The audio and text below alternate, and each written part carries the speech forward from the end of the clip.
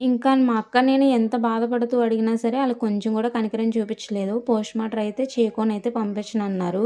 ఒక్క పావుగంట కూడా మా నాన్న దగ్గర కూర్చొని మనస్ఫూర్తిగా ఏడవలేకపోయాం మేము. మళ్ళీ ఎళ్ళిన ఎంటనే కొంచేపు కూడా మా నాన్న దగ్గర ఉండనీయకుండా మళ్ళీ సంతకాలన్నారు. సంతకాలు పూర్తయిన తర్వాత బాడీని పోస్ట్‌మార్టం చేయాలని చెప్పి లోపలికి తీసుకెళ్ళిపోయారు.